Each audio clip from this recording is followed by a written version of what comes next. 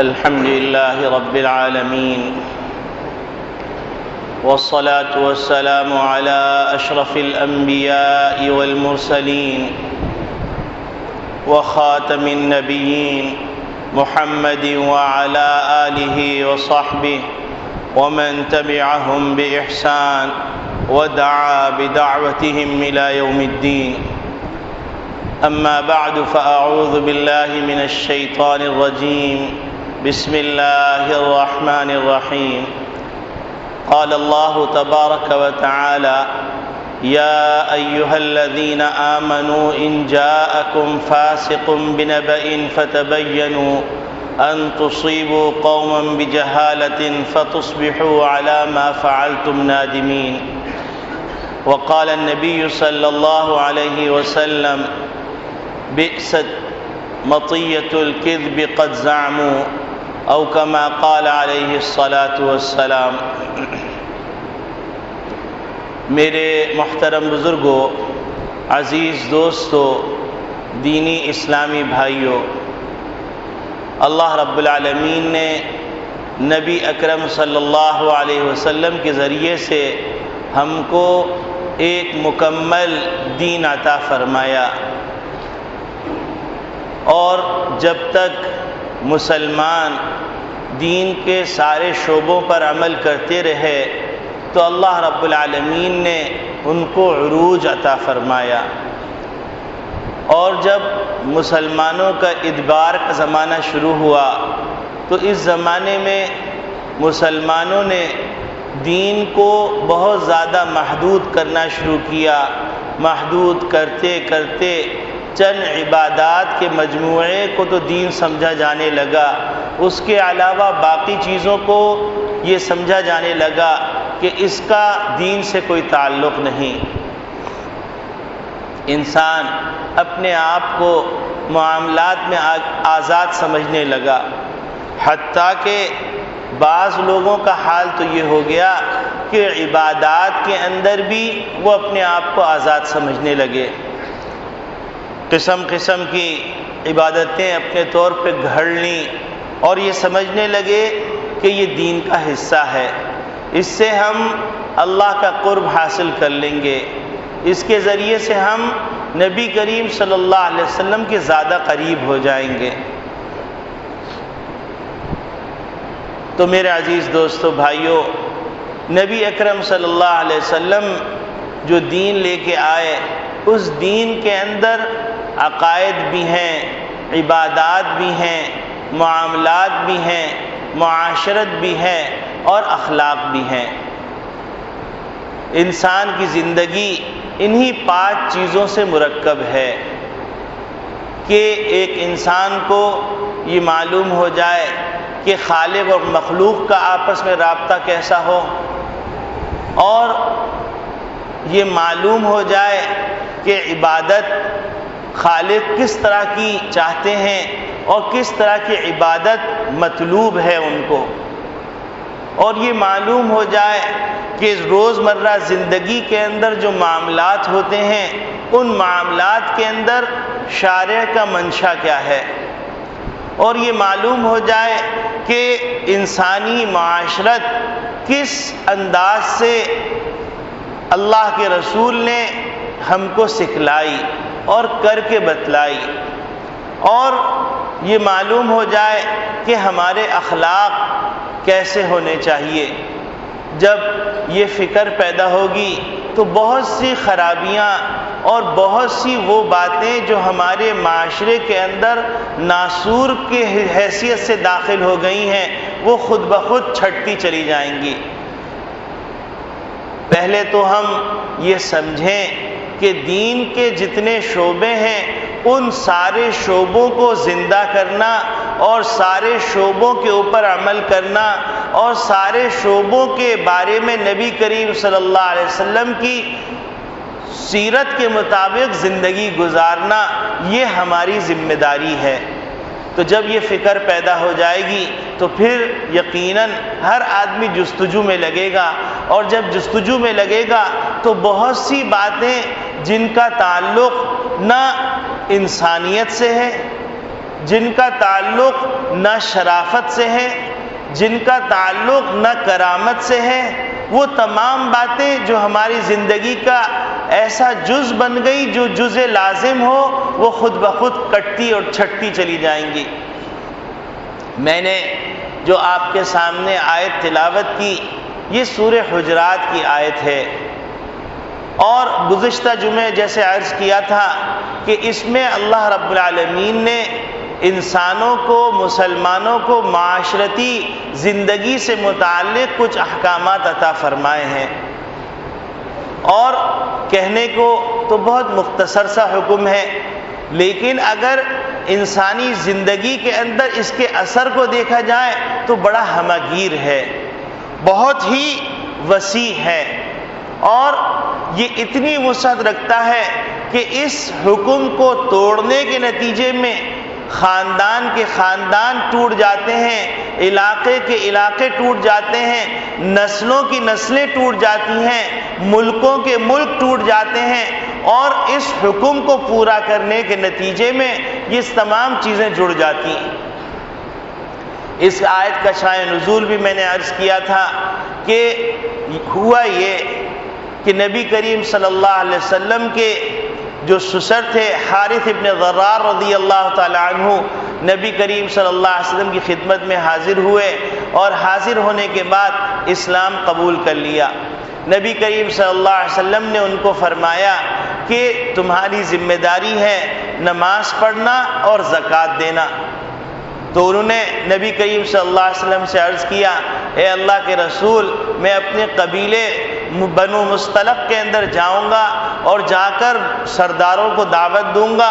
اور اگر انہوں نے اسلام قبول کر لیا تو میں ان سے زکوٰۃ وصول کروں گا، آپ فلاں تاریخ کو فلاں مہینے میں آپ اپنا قاصد بھیج دیجیے گا، تو جمع کی ہوئی جو زکوٰۃ ہے وہ میں آپ کے اس نمائندے کے حوالے کر دوں گا، اور پھر آپ جیسا فرمائیں ویسا کیا جائے گا۔ تو حضرت حارث ابن ضرار رضی اللہ تعالیٰ عنہ، جو کہ حضرت جویریہ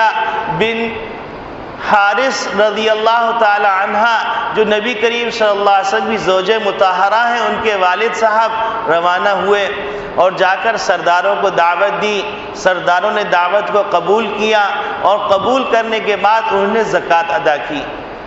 جب وہ وقت آیا تو حارث ابن ضرار رضی اللہ تعالی عنہ قبیلے کے لوگوں کو لے کر نکلے کہ نبی کریم صلی اللہ علیہ وسلم کے قاصد آنے والے ہیں، ہم ان کے شان استقبال کریں اور ان کی خدمت میں یہ رقم پیش کر دیں۔ ادھر جب مقررہ تاریخ ہوئی تو نبی کریم صلی اللہ علیہ وسلم نے ولید ابن عقبہ رضی اللہ تعالی عنہ کو اپنا نمائندہ اور اپنا سفیر بنا کے بھیجا۔ ولید ابن عقبہ رضی اللہ تعالی عنہ اور بنو مصطلق کی کچھ ناراضگیاں تھیں زمانے جاہلیت کے اندر، تو ولید ابن عقبہ رضی اللہ تعالی عنہ کو یہ خوف تھا کہ ان ناراضگیوں کی بنیاد پر کہیں یہ میرے خلاف کارروائی نہ کر دیں۔ اس خیال سے، اس خوف سے وہ روانہ ہوئے۔ راستے میں ان کو اطلاع ملی کہ بنو مصطلق کے لوگ تو باقاعدہ باہر نکل کے آ رہے ہیں اور ارادہ ان کا اچھا معلوم نہیں ہوتا۔ تو حضرت ولید ابن عقبہ رضی اللہ تعالیٰ عنہ اطلاع پا کر وہیں سے واپس ہو گئے، نبی کریم صلی اللہ علیہ وسلم کی خدمت میں آ کے عرض کیا کہ اے اللہ کے رسول، نہ صرف یہ کہ وہ اسلام سے انکار کر بیٹھے بلکہ مجھے مارنے کے در پہ ہو گئے۔ نبی کریم صلی اللہ علیہ وسلم کو جب یہ بات پتہ چلی تو آپ صلی اللہ علیہ وسلم نے حضرت خالد بن ولید رضی اللہ تعالیٰ عنہ کے ساتھ ایک لشکر جرار کو بھیجا۔ اب حضرت خالد بن ولید رضی اللہ تعالیٰ عنہ ادھر سے روانہ ہوئے لشکر لے کر،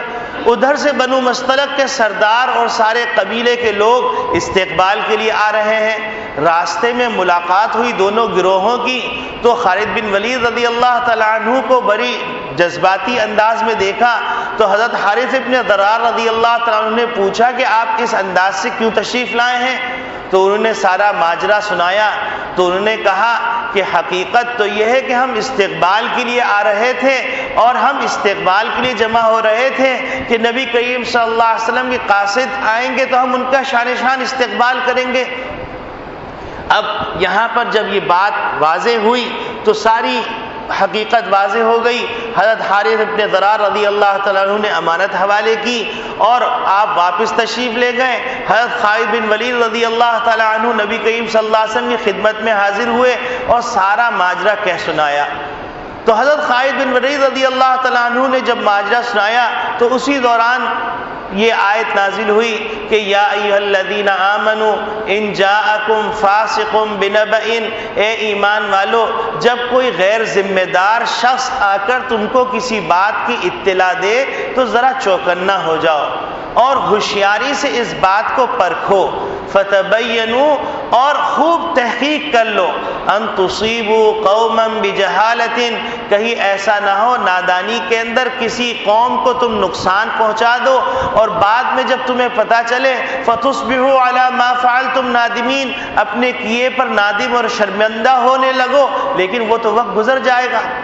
تو اس آیت کے اندر نبی کریم صلی اللہ علیہ وسلم کے ذریعے سے سارے امت کے لوگوں کو اور امت کے ہر فرد کو اس بات سے آگاہ کیا ہے کہ تمہارے ذمے کچھ معاشرتی احکامات بھی ہیں، تمہارے ذمے کچھ معاشرتی قوانین بھی ہیں۔ ان معاشرتی قوانین کا اگر تم پاس رکھو گے تو تمہارا معاشرہ بڑا اعتدال کے ساتھ رہے گا، اس میں بڑی توازن کی کیفیت پیدا ہو جائے گی، اور اگر تم نے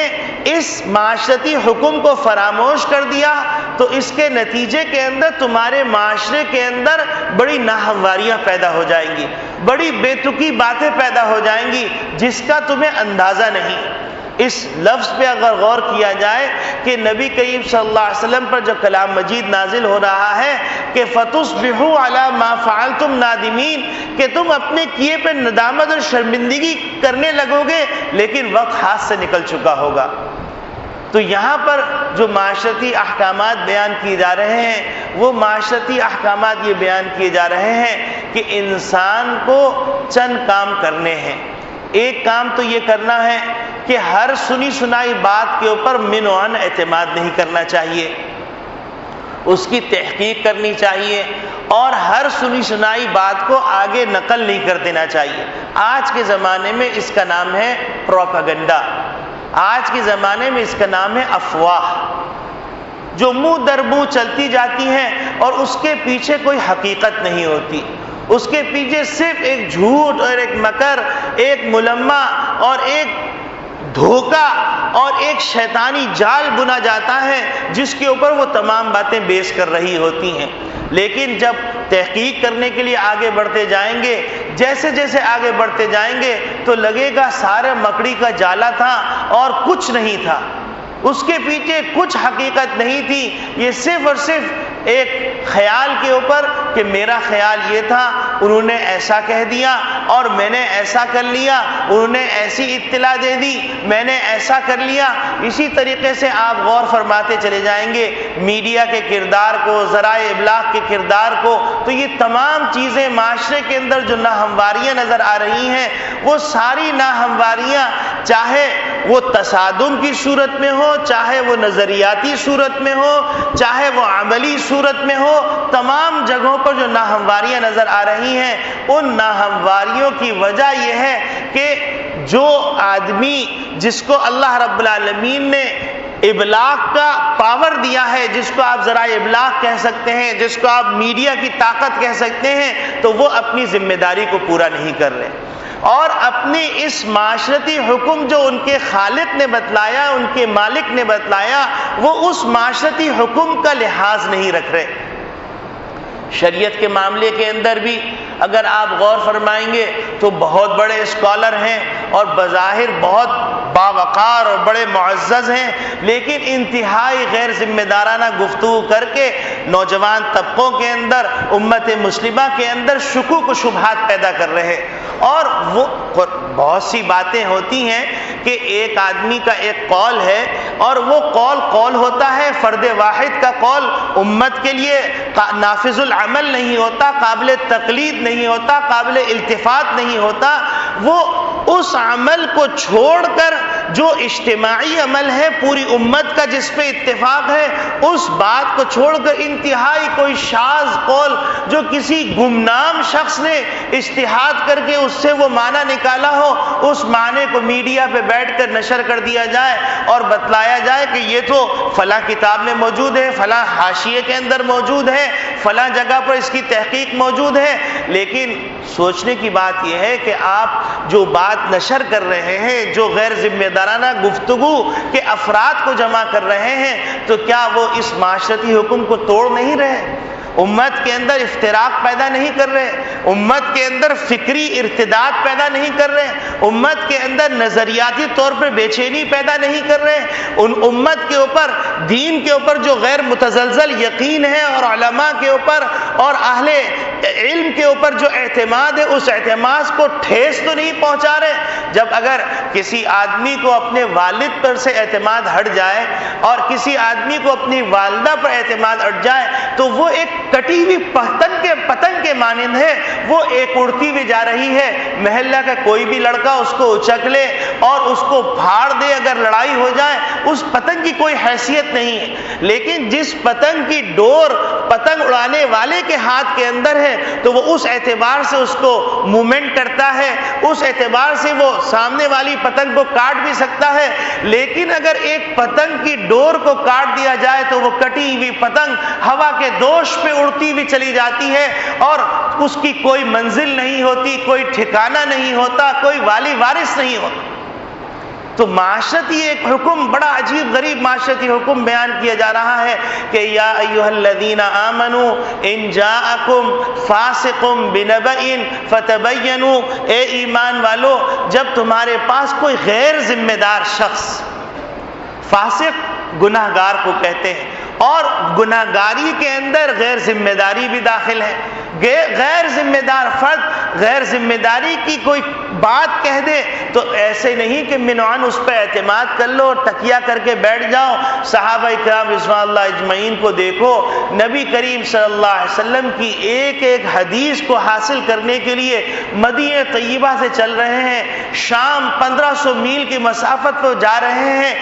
انتہائی ریگستانی گرمی کا راستہ اور تیز و تند ہوائیں اور ریگستان کے جھکڑ، ریگستان کی رات اور ریگستان کی تپتی ہوئی ریت، ان تمام چیزوں کا اندازہ فرما لیجئے۔ ایک صحابی چلتے ہیں صرف اس لیے کہ نبی کریم صلی اللہ علیہ وسلم کی جو حدیث ان تک پہنچی ہے، ان حدیث کی تحقیق کرنے کے لیے، کیونکہ ایک راوی ہیں جو شام چلے گئے ہیں اور شام کے اندر رہتے ہیں اور انہوں نے براہ راست نبی کریم صلی اللہ علیہ وسلم سے یہ حدیث سنی ہے، تو وہ راوی سے براہ راست سننے کے لیے تاکہ درمیان کے واسطے ختم ہو جائیں اور میرا رشتہ قوی ہو جائے، نبی کریم صلی اللہ علیہ وسلم کی بات سے میرا رشتہ مضبوط ہو جائے، میری سند عالی ہو جائے، وہاں سے چلتے ہیں، دروازے پر دستک دیتے ہیں، تھکن سے برا حال ہے، چور چور ہیں، دروازہ کھلا، دریافت کیا کہ آپ کس لیے تشریف لائے ہیں، بتلایا کہ میں نے سنا ہے کہ آپ نبی کریم صلی اللہ علیہ وسلم سے ایک حدیث نقل کرتے ہیں، کیا وہ حدیث آپ نے خود نبی کریم صلی اللہ علیہ وسلم سے سنی ہے؟ تو وہ کہتے ہیں کہ ہاں میں نے خود نبی کریم صلی اللہ علیہ وسلم سے یہ حدیث سنی ہے، اور پھر وہ حدیث پڑھ کے بتلاتے ہیں تو کہتے ہیں اچھا السلام علیکم، اب ہم واپس مدینے جا رہے ہیں۔ تو وہ کہتے ہیں کہ آپ تشریف رکھیے، کھانا کھا کے چلے جائیے، تھک چکے چور چور ہو چکے ہوں گے، آج کل کی طرح نہیں کہ راستے میں مختلف چھوٹے چھوٹے ہوٹل ہوں جہاں پر آدمی استراحت کر لے، کھا لے، پی لے۔ آپ اندازہ فرما سکتے ہیں توشے کے اندر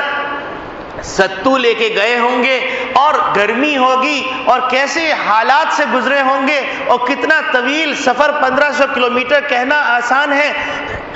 گاڑی کے اندر بھی انسان تھک کے چور چور ہو جاتا ہے، وہ سفر اونٹ کے اوپر ہو یا گھوڑے کے اوپر ہو تو تھکن کا کیا عالم ہوگا، مستقل ہچکولے کھاتے ہوئے وہ پہنچے ہوں گے۔ تو وہ فرماتے ہیں کہ میرا سارا سفر اس حدیث کے خاطر تھا اور مجھے یہ حدیث مل گئی، اب میں اس مقدس سفر کے اندر میں کسی اور غرض کو شامل کرنا نہیں چاہتا ہوں تاکہ میرے نام اعمال کے اندر یہ عظیم عمل لکھ لیا جائے۔ تو آپ اندازہ فرمائیے، ایک طرف صحابہ کرام رضوان اللہ اجمعین ہیں کہ حدیث کے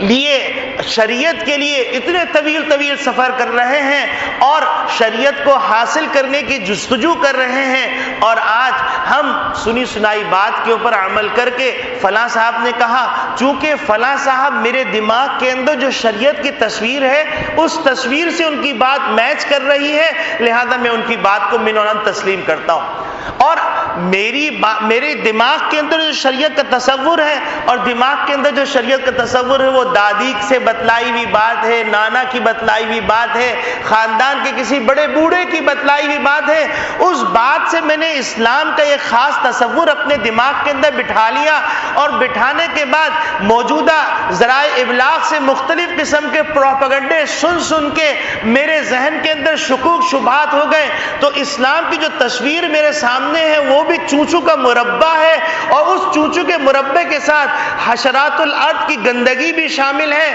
اور زمین کے اوپر جتنے بھی تیز اور تند جھکڑ چل رہے ہیں ان جھکڑ کی مٹی بھی پڑی ہوئی ہے، پراگندہ خیالات کا مجموعہ ہے، اور اس کے اندر کسی آدمی کی بات وہ میرے کان میں پڑی اور میری اس دھندلی اسلام کی تصویر سے میچ کھا گئی، تو میں نے کہا کہ بس میری بات کی توثیق ہو گئی، اب کوئی بڑے سے بڑا شیخ الاسلام، بڑے سے بڑا شیخ الحدیث، بڑے سے بڑا محدث، بڑے سے بڑا مفتی کچھ بھی کہتا رہے، چونکہ وہ فنڈامنٹلسٹ ہے، کیونکہ وہ فرسودہ ذہنیت رکھتا ہے، چونکہ وہ قدامت پرست ہے۔ حالانکہ اگر غور کیا جائے تو قدامت پرستی کوئی بری بات نہیں ہے، ہماری ناک حضرت آدم علیہ السلام کے زمانے سے چلی آ رہی ہے، اگر روشن خیالی کے اوپر چلیں تو اس ناک کو کٹوا کے پیشانی کے اوپر لگوا لیتے ہیں، کیونکہ یہ تو بڑی پرانی ناک ہو گئی اور یہ اسٹائل بھی بڑا پرانا ہو گیا، ذرا چینج ہو جائے اسٹائل، تو وہاں پر ہم کہتے ہیں کہ نہیں یہ فطرت کا تقاضا ہے۔ تو روشن خیالی کا یہ مطلب نہیں کہ آپ ہر قدیم چیز کا انکار کر دیں اور ہر اپنے اکابرین کی جو بات ایک سند سے چلی آ رہی ہے اس بات کا انکار کر دیا جائے کہ وہ فرسودہ ذہنیت کے متحمل لوگ ہیں، اور حالانکہ بات تو یہ ہے الاسناد من الدین کہ سند کے ساتھ بات کا ہونا یہ دین کا حصہ ہے۔ لولا الاسناد لقال من شاء ما شاء، تو اگر اسناد نہ ہوتی، سند نہ ہوتی تو ہر بندہ جو چاہتا وہ بک دیتا اور کہہ دیتا حضور نے فرمایا ہے، میں نے فلاں جگہ پر دیکھا ہے، لیکن اس کے لیے یہی وجہ ہے کہ کہا جاتا ہے، اور ایک حدیث کے الفاظ ہیں باقاعدہ کنز العمال کے اندر وہ حدیث موجود ہے کہ نبی کریم صلی اللہ علیہ وسلم نے فرمایا تم دیکھو کہ تم کس کے ساتھ بیٹھ رہے ہو، اور یہ بھی دیکھو کہ تم اپنا دین کس سے حاصل کر رہے ہو۔ نبی کریم صلی اللہ علیہ وسلم 1400 سال پہلے یہ باتیں کر گئے، اور پھر اس کے بعد نبی کریم صلی اللہ علیہ وسلم نے عجیب غریب معاملہ فرمایا۔ آپ حیران ہو جائیں گے کہ نبی کریم صلی اللہ علیہ وسلم نے معاشرتی احکامات کو اتنا سمجھایا کہ نبی کریم صلی اللہ علیہ وسلم قیامت تک کے لیے پیغمبر ہیں، اور آپ صلی اللہ علیہ وسلم سے زیادہ کون بڑا ماہر نفسیات ہو سکتا ہے؟ اللہ رب العالمین سے زیادہ کون جان سکتا ہے کہ اس انسان کی نفسیات کیا ہیں، اس انسان کے اندر کیا کیا چور راستے ہیں جن چور راستوں کے ذریعے سے شیطان حملہ کر کے اس کو کھائی کے اندر تباہی اور بربادی کی کھائی میں ڈال سکتا ہے۔ تو نبی کریم صلی اللہ علیہ وسلم نے بڑا عجیب غریب جملہ فرمایا۔ نبی کریم صلی اللہ علیہ وسلم نے جملہ فرماتے ہیں کہ بدترین سواری جھوٹ کی وہ یہ ہے کہ آدمی کہے فلاں کا خیال یہ ہے، فلاں ایسا کہہ رہے تھے۔ اب آپ اس پہ غور فرمائیے تو آپ کو نظر آئے گا کہ یہ بھی ایک جھوٹ کو نشر کرنے کا ایک طریقہ ہے، جھوٹ کو نشر کرنے کا ایک طریقہ ہے، جھوٹا پروپیگنڈا کرنے کا ایک طریقہ ہے، جھوٹی بات کو کہہ دینے کا ایک طریقہ ہے، اور اس کے ساتھ ساتھ اپنے اطراف کے اندر فل پروف نظام بنانے کا طریقہ ہے کہ کل کو اگر میں اتنی بڑی پوسٹ پہ بیٹھا ہوا ہوں، اتنے بڑے رتبے والا آدمی ہوں، کل کو اگر کوئی کہہ دے کہ میاں آپ نے ایسی بات کہی اور یہ بات تو غلط ثابت ہو گئی، تو آدمی فوراً کہتا ہے ہم نے تو کہا تھا لوگوں کا خیال ہے، ہم اپنے طور پہ تھوڑی کہہ رہے تھے۔ نبی کریم صلی اللہ علیہ وسلم نے اس شیطانی راستے کو بھی بند فرما دیا، اور نبی کریم صلی اللہ علیہ وسلم نے فرمایا یہ بدترین جھوٹ کی سواری ہے۔ اب وہ کیسے؟ محدثین نے اس کی تشریح میں لکھا ہے کہ دو وجہوں سے یہ بات خالی نہیں۔ ایک وجہ تو یہ کہ آپ لوگوں کا جو قول نقل کر رہے ہیں وہ آپ کے ہاں تصدیق شدہ ہے یا غیر تصدیق شدہ ہے؟ اگر تصدیق شدہ ہے تو گویا کہ آپ جو کسی کا نام لے کے بات نقل کر رہے ہیں وہ آپ کی نگاہ میں سچی بات ہے، اور اگر غیر تصدیق شدہ ہے تو وہ در حقیقت آپ جھوٹی بات کو لوگوں کے درمیان نشر کرنا چاہتے ہیں۔ مثال کے طور پر آپ کسی عالم کو مرتبے سے گرانا چاہتے ہیں تو آپ بھرے مجمع میں بیٹھے بیٹھے یوں کہہ دیجئے، لوگ کہتے ہیں کہ اس عالم نے تو سود کھایا ہوا ہے، اب یہ ایک شوشہ چھوڑ دیا، یا لوگ کہتے ہیں کہ فلاں عالم صاحب تو بڑے شاندار سیاستدان بنتے ہیں لیکن اتنے ایکڑ زمین انہیں رشوت پہ لی ہے۔ اب یہ آپ جو بات فرما رہے ہیں آپ کے نزدیک یہ تصدیق شدہ ہے یا غیر تصدیق شدہ؟ اگر تصدیق شدہ ہے تو آپ ڈنکے کی چوٹ پہ کہیے اور پروف پیش کیجئے، اور اگر غیر تصدیق شدہ ہے تو گویا کہ آپ در حقیقت ایک جھوٹ کو نقل کر رہے ہیں، اور نبی کریم صلی اللہ علیہ وسلم نے جو سند عطا فرمائی ہے کفا بالمرء کذبا ان یحدث بكل ما سمع، ایک آدمی کے جھوٹے اور فریبی ہونے کے لیے یہ بات کافی ہے کہ ہر سنی سنائی بات نقل کر دے۔ تو اس جھوٹ کے پروپیگنڈے کا آپ ایک حصہ ضرور بن رہے ہیں۔ تو یہ معاشرتی عجیب غریب حکم ہے، یہ تو ایک مثال سے، اب آپ اس کو اپنے گھر کے نظام میں لے کے آئیے، اپنے خاندانی نظام کے لے کے اندر آئیے، سرکل کو آپ کلوز کرتے چلے جائیے اور اسی کلوز سرکل کو آپ وسیع کرتے چلے جائیے، تو آپ کو نظر آئے گا کہ سوائے انتشار کے اور سوائے جھوٹ کے پلندے کے اس راستے پہ کچھ بھی نہیں ملنے والا۔ مثلا ایک بھائی کی بات دوسرے بھائی کے کان میں ڈال دی، ایک بھائی کو ایک بھائی سے لڑا دیا، یا بیوی اور شوہر کو لڑا دیا، یا ماں بیٹے کو لڑا دیا، یا بیٹے اور باپ کو لڑا دیا، اور خیر خواہانہ انداز سے کہ سنا ہے کہ آپ کا بیٹا آج کل بڑی جوا کھیل رہا ہے۔ اب باپ لرز گیا کہ یہ ہو کیا رہا ہے،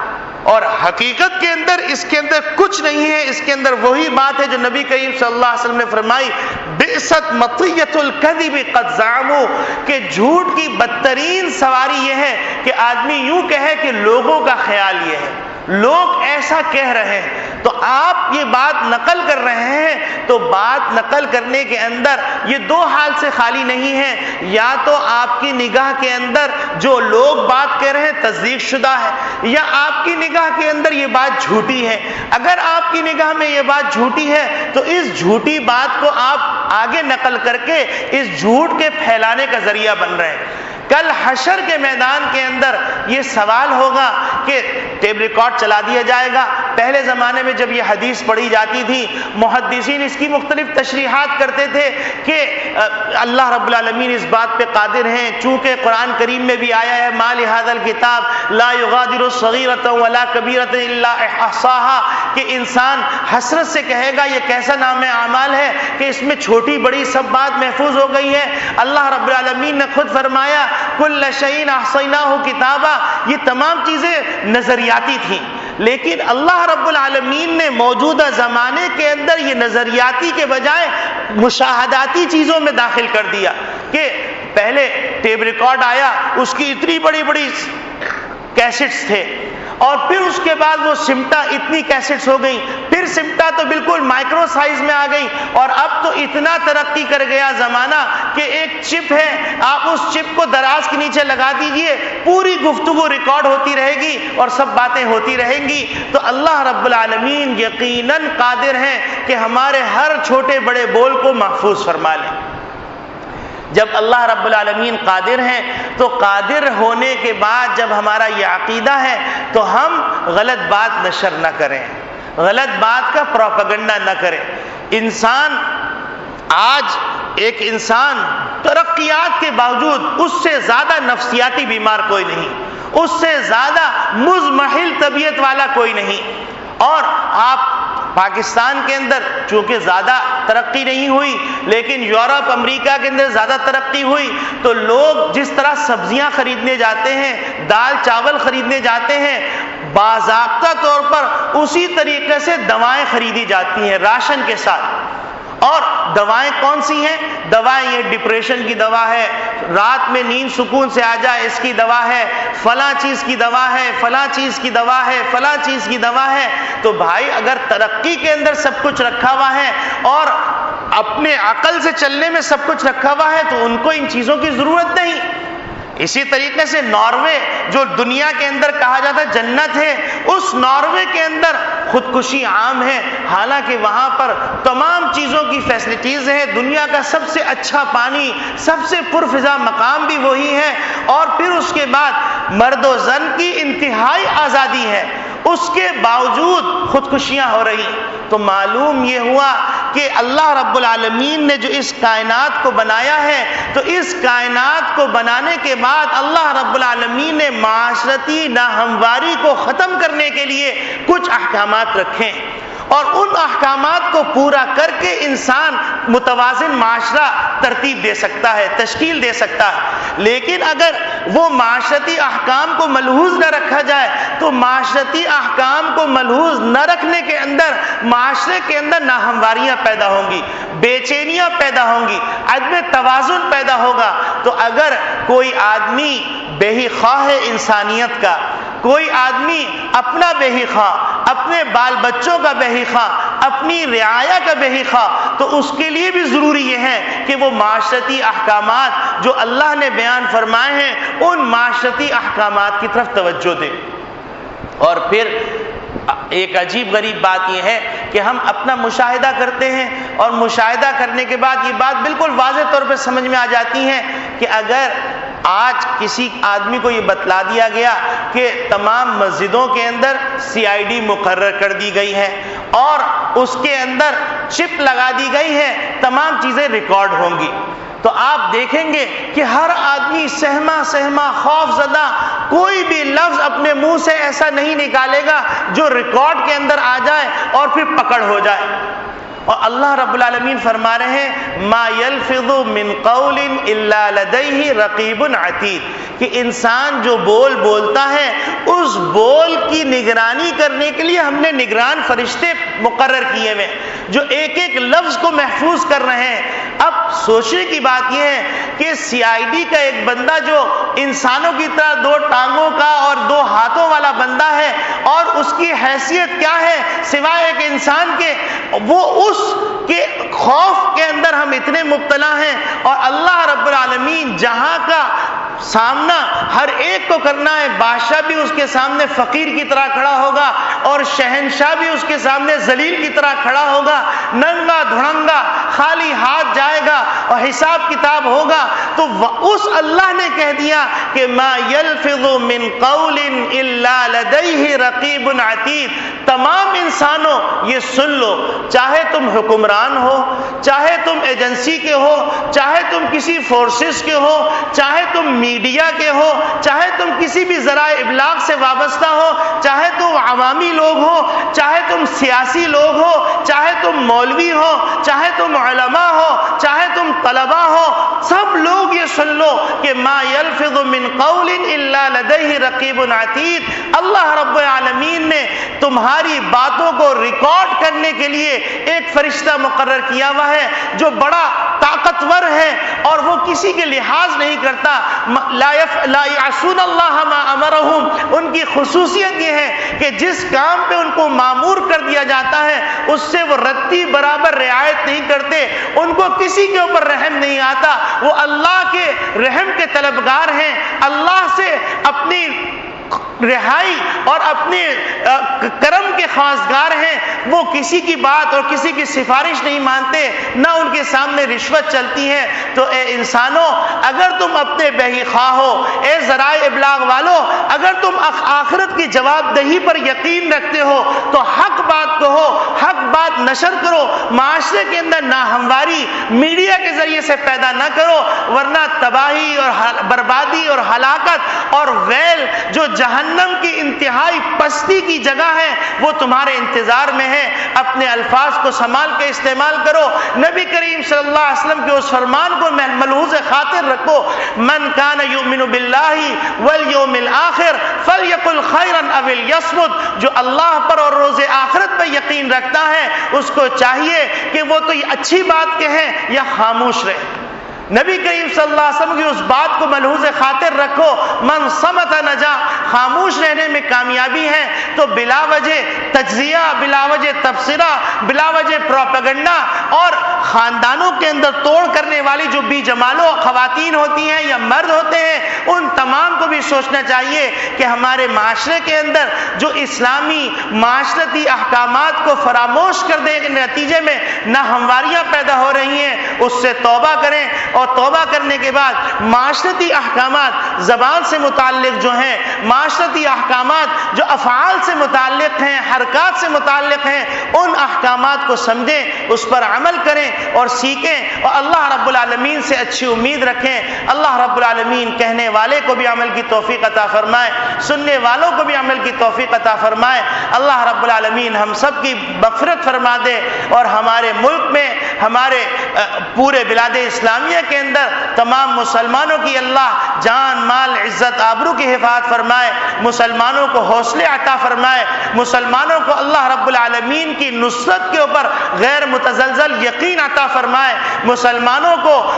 نفسیاتی اور بیماریوں سے محفوظ فرمائے، اور اللہ رب العالمین کے وعدے کے اوپر پورے حوصلے کے ساتھ یقین رکھنے کی، امید رکھنے کی توفیق عطا فرمائے کہ اللہ رب العالمین نے فرمایا ان العزت للہ، کہ تمام عزتیں اللہ کے لیے ہیں، تمام سربلندی اللہ کے لیے ہے۔ اللہ رب العالمین نے فرمایا وَلَا تَهِنُوا وَلَا تَحْزَنُوا وَأَنْتُمُ الْأَعْلَوْنَ إِن كُنتُم مُؤْمِنِينَ، تم نہ پست ہمت ہو، نہ تم غمگین ہو، تم ہی سربلند ہوگے جبکہ تمہارے اندر ایمان ہو۔ اللہ رب العالمین ہم سب کو اسلام کی نشت ثانیہ کے لیے قبول فرمائے، اور اسلام کی نشت ثانیہ فرمائے، اور اسلام کے معتدل نظام زندگی کی برکات سے ہم سب کو مالا مال فرمائے، اور اس کی حقیقت کو ہم پر آشکارا فرما دے۔